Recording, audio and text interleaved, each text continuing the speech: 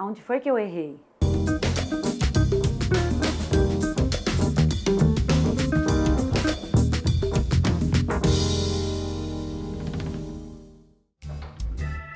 A gente veio conversar com a Daniela justamente para entender onde é que foi que ela errou e, é claro, tentar entender um pouquinho mais dessa história, saber quais foram os pontos que deram problemas. Sim. Daniela, obrigado pela sua participação, viu? Muito Sejam obrigado. muito bem-vindos aqui. A gente que agradece. Então conta pra gente, como é que você começou a empreender? Então, na verdade eu era funcionária pública, né? Eu era servidora do TJ, e aí em algum tempo, ajudando o Felipe como médico, radiologista, que passavam numa sociedade, passavam na clínica e aí tinha sempre a secretária que conta disso, conta daquilo. Eu digo, esse negócio não tá certo, essa coisa não tá certa. Vamos organizar isso aí, se é para fazer, vamos fazer bem feito. Né? Então só pra gente saber, o Felipe é seu esposo. Sim. Então você começou junto com ele, você era servidora pública, Sim. ele radiologista, decidiram abrir então uma clínica e vocês começaram todo esse processo. Sim. Do processo entre você sair do seu serviço e começar a clínica, vocês se planejaram, vocês se organizaram, ou foi aquela coisa do brasileiro, a gente vai tentando aí? Sim, um pouco de cada coisa. Na verdade, já tínhamos essa vontade, é uma coisa que tanto eu como ele nutríamos, né? De ser donos do nosso próprio nariz e realmente empreender. E aí, Felipe sempre, hospital de base, médico do Hospital Brasília, do Hospital Santa Lúcia, vários hospitais, vários grupos. E aí, aquela vontade de ter a clínica própria. E eu sempre nessa preocupação de organização, a minha formação em Direito, né? Sou formada em Direito, e muito preocupada em como estava funcionando tudo isso. Então surgiu essa clínica, que já existia, era uma clínica de diagnósticos lá no Centro Médico, no Centro Clínico da Asa Sul, né, no Centro Clínico Sul. E aí, nesse momento, vamos criar coragem, vamos comprá-la, né, a clínica. Compramos, eram 4 sócios inicialmente, o Felipe mais três colegas. E aí, nesse momento, eles meio que a depender de uma secretária, que aí o cheque disso, o cheque daquilo, a coisa disso, uma coisa meio desajustada. E eu olhando aquilo... Foi aquela coisa meio que todo mundo vai pagando que aparece. Exatamente. Aí contrataram uma pessoa para fazer isso, só que não era um contador, era uma secretária. Uma secretária, exatamente. E aí... a preocupação muito grande, porque era aquela coisa de passa o cheque e vai, e paga isso, e paga aquilo, muito desorganizado, de fato. E aí eu digo, Felipe, vamos prestar atenção para isso, porque a gente precisa organizar, se vai fazer, vamos fazer bem feito, né? E aí comecei a entrar um pouco, ajudar, fazer um pouco da clínica e apoiar e tudo mais, mas ao mesmo tempo eu ainda como servidora pública. Você ajudava em qual ponto? Você pegava essa parte financeira e tentava organizar? Sim. O planejamento da clínica em si? Isso. Eu sempre passava lá, organizava a questão das contas, o funcionamento da clínica operacional de uma maneira geral também. Era uma clínica relativamente pequena, né? E aí, vamos organizar, vamos. Entrei e aí, nesse momento, pedi exoneração do meu serviço. Foi um momento bem difícil, porque fiquei naquela... Meu Deus do céu, vou trocar uma coisa certa, mas ao mesmo tempo do jeito que estava não dava e o que era dele era meu também, né? Então vamos lá, vamos organizar isso aqui. E aí vinha minha formação em Direito, eu sempre me preocupei muito com essa questão de padronização, de normativa, com essa questão de a gente realmente fazer a coisa bem feita e nos colocar, com muita empatia, nos colocar no lugar do outro, né? Do paciente, né? Na situação específica. Então você tinha essa preocupação, você tem até hoje, Sim. essa preocupação com a parte das leis, de Sim. andar de acordo com a legislação, Sim. mas a gente sabe que não é só isso, tem a questão da gestão também, né? Exatamente. E você chegou a procurar algum curso, Felipe, como é que Sim, vocês fizeram? Sim, eu fiz inclusive vários cursos. Eu fiz a Fundação Dom Cabral por alguns anos, nós trouxemos aqui para dentro, de gestão mesmo. Coloquei também a equipe, esse foi inclusive dentro da empresa para fazer essa profissionalização, de segmentar a clínica. Além disso, eu procurei também me especializar e fiz administração hospitalar pela São Camilo. Fiz também esse da Fundação Dom Cabral, já trazendo para dentro da clínica, que aí foi quando a gente realmente foi para uma estruturação da clínica mais profissional, né? nesse momento... Só um pontinho que eu quero entrar aí. Você falou que abriu os olhos quando fez o curso. Quando você abriu os olhos, o que você percebeu que estava errado? Sim, o que eu percebi que estava errado? Nós tínhamos ali naquele momento uma secretária, nós tínhamos a assistente de sala, eu fazia a parte de RH e ao mesmo tempo a parte de contratação de pessoas, também a parte financeira, então estava tudo muito junto e misturado. E aí a gente sentia que a gente precisava, de uma certa forma, deixar a empresa subdividida por setores, a gente ter realmente ajuda de outras pessoas que pudessem agregar nesse sentido. O curso foi realmente muito importante para isso. A gente via que a gente precisava continuar nessa caminhada, né, de aprendizado, de desenvolvimento. Felipe é médico, eu sou advogada, né? São áreas completamente distintas da administração propriamente dito. E quando a gente fez esses cursos lá no início, a administração hospitalar também, nós vimos que a gente precisava realmente seguir nesse caminho, se a gente queria realmente fazer com que a coisa desse certo, né? Qual foi a maior dificuldade que você encontrou naquela época? Qual foi o ponto que você olhou assim e falou, cara, isso aqui não está dando certo? Nós tivemos uma grande dificuldade. Eu me lembro bem que quando ainda estávamos lá na primeira unidade, que é a matriz, nós chegamos a reservar um espaço. O nosso maquinário é muito pesado, são equipamentos de ressonância magnética, tomografia computadorizada, equipamentos pesados realmente de imagem. Nós até entendemos que das especialidades médicas, a radiologia é a mais, vamos dizer assim, mais tecnológica de todas elas. Então sempre tive essa vontade muito forte de fazer bem feito, de trazer equipamentos de ponta, de trazer alta tecnologia e inovação. E lá no início a gente cometeu um erro bem significativo que fez com que a gente retroagisse pelo menos aí uns 2 anos no cronograma, no nosso calendário. Nós reservamos um espaço, que seria uma locação para ir para a filial, que seria essa filial. E aí reservamos o espaço, ao final de mais ou menos o prédio sendo construído, ao final de mais ou menos uns 2 anos, que viemos trazer, e aí é onde eu falo, faltou um pouco de planejamento, né? E aí, quando a gente achava que já poderíamos montar e trazer empresas, né, para fazer a montagem de equipamentos, a aquisição e montagem de equipamentos e tudo mais, nos deparamos com a situação de que o prédio não suportava os equipamentos. Então, assim, não suportava tanto em relação ao peso, né, porque são equipamentos robustos, de 7 toneladas, a entrada, mas os acessos também dos equipamentos, estacionamento, carros, massa móvel circulando em volta. Faltou um estudo, então, do prédio. O prédio era muito bom no seu ponto de vista empresarial, mas faltou esse estudo para trazer os equipamentos para que funcionasse da melhor forma. Exatamente. Faltou um estudo prévio. A gente hoje, olhando para trás, é lógico que aquilo ali foi um aprendizado muito grande, mas, ao mesmo tempo, a gente viu que se a gente tivesse planejado, trazido as pessoas corretas para fazer a análise de viabilidade do espaço, feito um estudo mais completo, talvez a gente teria já ido naquele momento para o local correto. E aí, depois desses 2 anos lá, dessa reserva, né, vamos dizer assim, tivemos que realmente não dar andamento à locação e buscar um outro prédio que estivesse realmente em construção para que a gente pudesse fazer toda a estruturação já com a base, né? com a subida do prédio. Vocês pensaram nesse momento, aliás, passou pela cabeça de vocês em fechar em algum momento? Fechar não, né? Fechar mesmo não. A gente sempre teve essa vontade muito forte de empreender, acho que tanto eu como o Felipe, nós temos isso muito genuíno. Mas realmente a gente parou, voltou, continuamos como estávamos, graças a Deus não tínhamos feito grandes investimentos naquele momento. Vocês pegaram empréstimo? Depois, naquele momento ainda não, então acabou que o prejuízo não foi tão grande.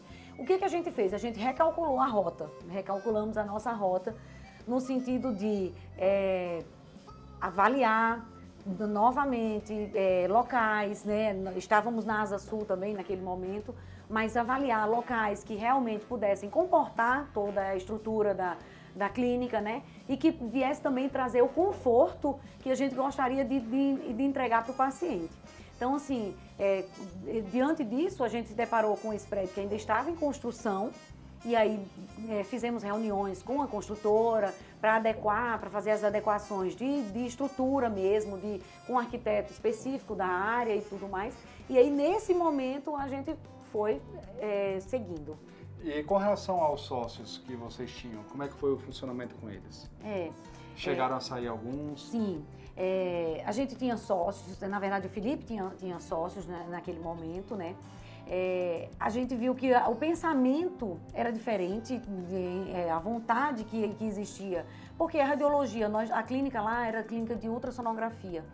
E aqui nós queríamos realmente completar a especialidade, disponibilizar para o paciente não só os aparelhos de ultrassonografia, mas também os aparelhos de ponta, com muita inovação e muita tecnologia. E naquele momento era realmente um passo muito grande no sentido de investimentos, né? Era muito dinheiro, né? Era um investimento muito alto. Os outros sócios não queriam, talvez, naquele momento, dar esse passo também. Lógico, cada um com a sua... com o seu momento e com o seu direito de escolha. Tínhamos outra clínica no Guará. E aí, nesse momento, houve a separação. O outro sócio ficou com essa clínica e nós ficamos com a Perfecta no Centro Clínico Sul. Documentado, certinho, tudo documentado. Bonitinho. Essa é uma preocupação que eu tenho quando fala de documentação, né? Eu sempre trago pro Felipe como médico, e eu acho que é por isso também que dá muito certo. O Felipe sempre dá muito inovador e sempre dando um passo, e eu sou muito segura, eu sou muito pé no chão.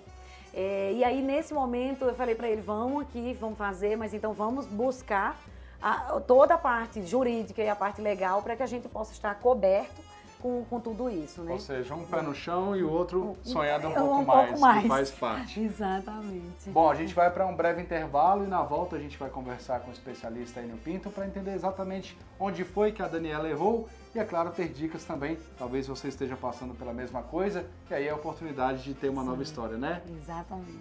A gente volta já.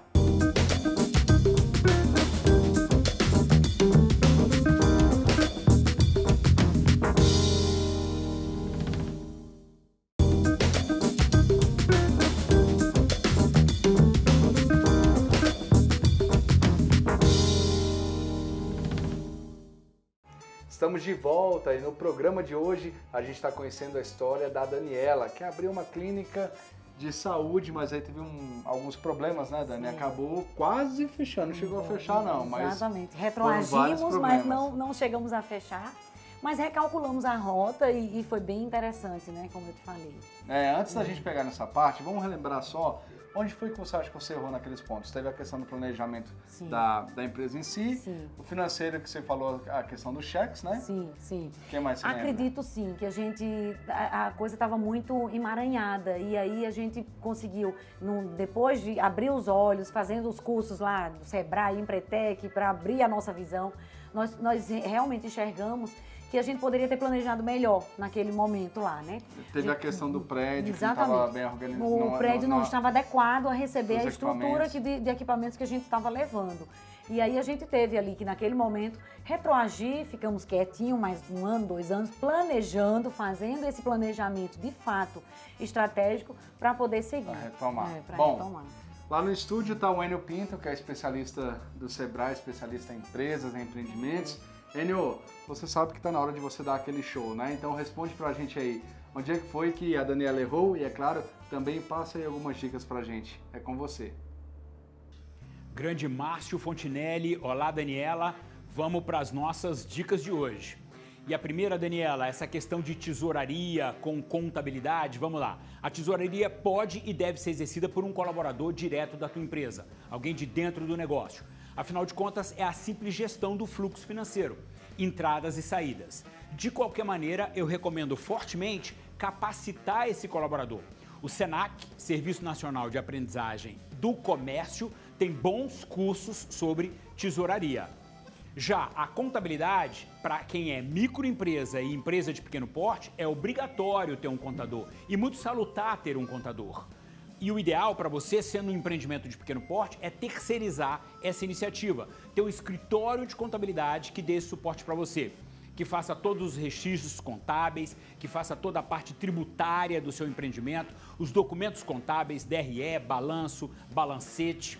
Olha, em pesquisas recentes realizadas pelo Sebrae, ele perguntava ao empreendedor: a quem você recorre num momento de crise? Quem é a primeira pessoa a quem você recorre? E a resposta foi sempre o contador. Portanto, o contador é sim o melhor amigo da tua empresa.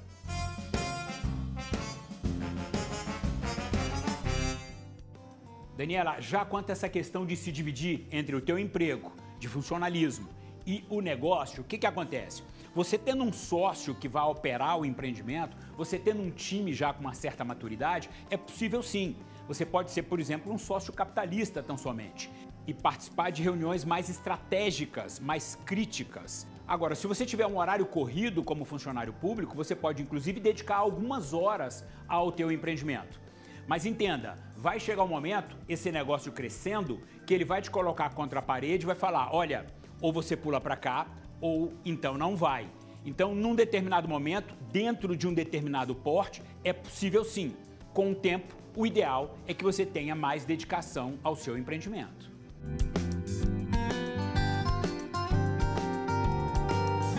Vamos lá, Daniela, o que acontece? Uma das características de comportamento do empreendedor é que ele gosta de correr riscos, mas riscos calculados. Não confundir isso com aventuras. E como é que você calcula riscos? Em função de números e sinais do mercado.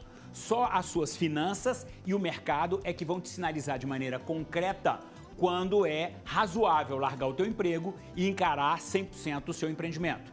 As finanças vão mostrar a lucratividade crescente. O mercado vai mostrar que há uma expansão de mercado consumidor, de usuários para o seu empreendimento. Se você tem esses sinais, aí sim, vale a pena correr um risco e esse risco é bastante calculado.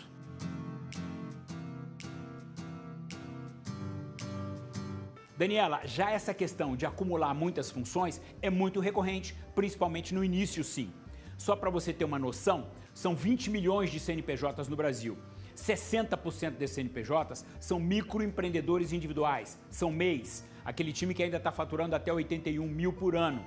Essa turma quase não tem colaboradores, 95% desses empreendimentos é um único empreendedor à frente desse negócio, então não tem um outro caminho, é necessidade mesmo.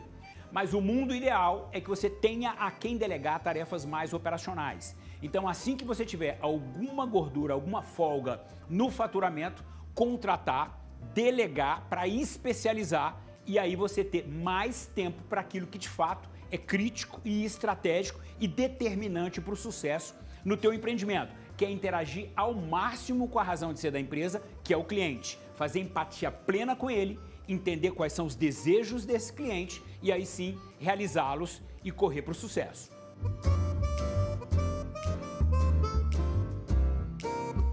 Daniela, agora o conhecimento necessário inicial para abrir um empreendimento, no mundo ideal você deve fazer o seguinte: negociar com alguém que já esteja estabelecido no segmento em que você vai atuar, mas que não seja um concorrente direto, que esteja numa outra região geográfica e propor a ele um estágio. 15, 30 dias que você passe ali, não remunerados, em troca você dá feedbacks para aquele empreendedor. Olha, quando eu for abrir o meu empreendimento, eu vou fazer isso aqui, que a princípio não tem no teu e parece ser um ponto crítico de sucesso para você. Esse seria o ideal, você já ter um conhecimento por dentro do negócio antes de iniciar. Outros caminhos para você ter esse conhecimento é agregar sócios que tenham as competências que você não tem instaladas no teu empreendimento, ter um time mais maduro, mais profissional, um gerente, um gestor contratado para algumas funções que você não tem a competência para exercer. Mas, de qualquer maneira, é fundamental que você comece a adquirir essas competências. Faça um processo continuado de capacitação. E sempre em 3 frentes. Nos aspectos de operação, o dia a dia, o ordinário do teu negócio. Em técnicas de gestão, de administração de empresas. E também lapidando o seu perfil empreendedor. Lapidando os seus comportamentos e as suas atitudes para que você tenha uma atuação bem profissional, bem completa no aspecto operacional, gerencial e atitudinal.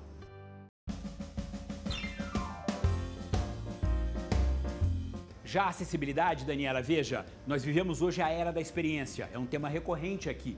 E o que acontece? O cliente ele quer o benefício, mas por meio de um momento, de uma experiência incrível, memorável. Então você tem que ter um estabelecimento com muita fluidez, sem fricção. Entendendo que você tendo uma clínica, pode ter algumas pessoas até com alguma debilidade, com alguma deficiência. Você, mais do que qualquer outro empreendimento tradicional, precisa ter uma experiência memorável para o teu cliente. Quando for avaliar o ponto, pense nessa história da experiência, mas pense também na dinâmica da região. Já que eu estou locando ou adquirindo um ponto, como é que é a questão de estacionamento, de vias de acesso, de segurança? Quem são os meus vizinhos? Eu tenho ali outros negócios ou serviços complementares aos meus? E avalie se numa eventualidade e necessidade de expansão eu tenho para onde crescer. Todo esse planejamento de fato é muito necessário para empreendimentos que tenham a natureza do teu negócio.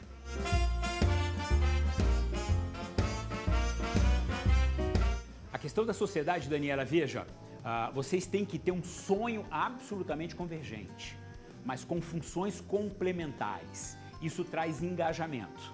Naturalmente, você vai ter um contrato social, que já determina o escopo de atuação de cada sócio. Mas eu sempre sugiro que você tenha, além do contrato social, um contrato de gaveta.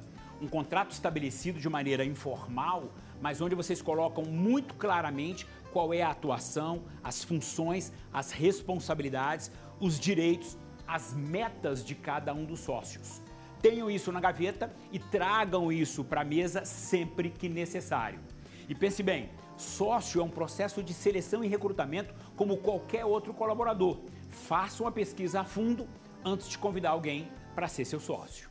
Grande Márcio, volto a bola para você e Daniela, siga acompanhando o canal Empreender.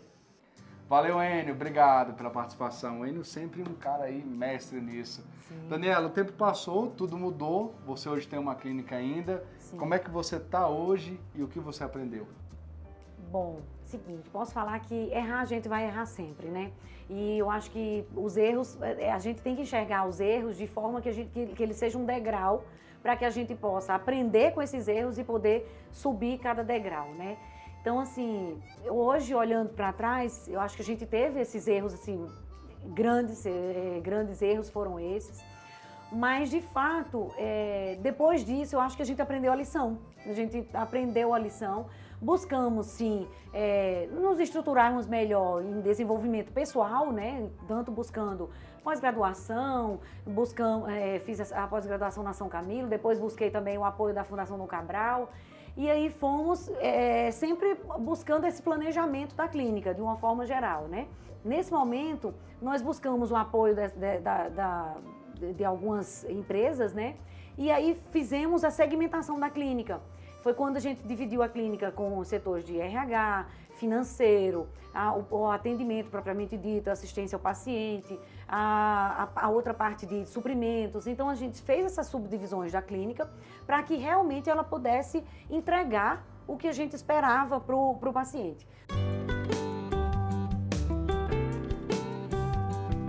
Nosso programa está chegando ao fim. Sim. E eu queria que, a partir de toda a experiência que você teve, de tudo que você viveu, você e o Felipe não desistiram, seguiram em frente. Sim. Eu queria que você desse uma dica para quem está assistindo a gente agora. Talvez a pessoa está passando pelo mesmo que você passou. Então, o que você diria para quem está te vendo agora? Uma dica. Então, a minha dica é planejamento, tá? Vai abrir um negócio, vai dar continuidade ou vai mudar um pouco a rota, fazer aquele ponto de inflexão. Planeja antes. De fato, foi um aprendizado que a gente teve lá do início. Esse planejamento que seja muito tempo e depois para executar o tempo fica curto. É importante que esse planejamento seja bem feito para que realmente você não tenha percalços no meio do caminho. Ou então, assim, percalços vão ter, até assim, sem querer também achar que é um caminho tão tranquilo assim. Empreender não é fácil. Mas o conselho que eu posso dar é planejar, planejar, planejar e executar num tempo bem mais curto. Isso é que eu acho que faz a diferença. Obrigado, Dani. Obrigada a vocês todos. É um prazer tê-los aqui. Sejam sempre muito bem-vindos. Tá? Muito obrigado pelo carinho de receber a gente. E obrigado também para você que está assistindo a gente aí no canal Empreender. Lembrando que na semana que vem a gente está de volta com mais uma história aí de empreendedores que talvez não deram certo no começo, mas no final, normalmente, é surpreendente e dá para fazer diferente. A gente se encontra. Canal Empreender, assistir já é um bom negócio. Tchau!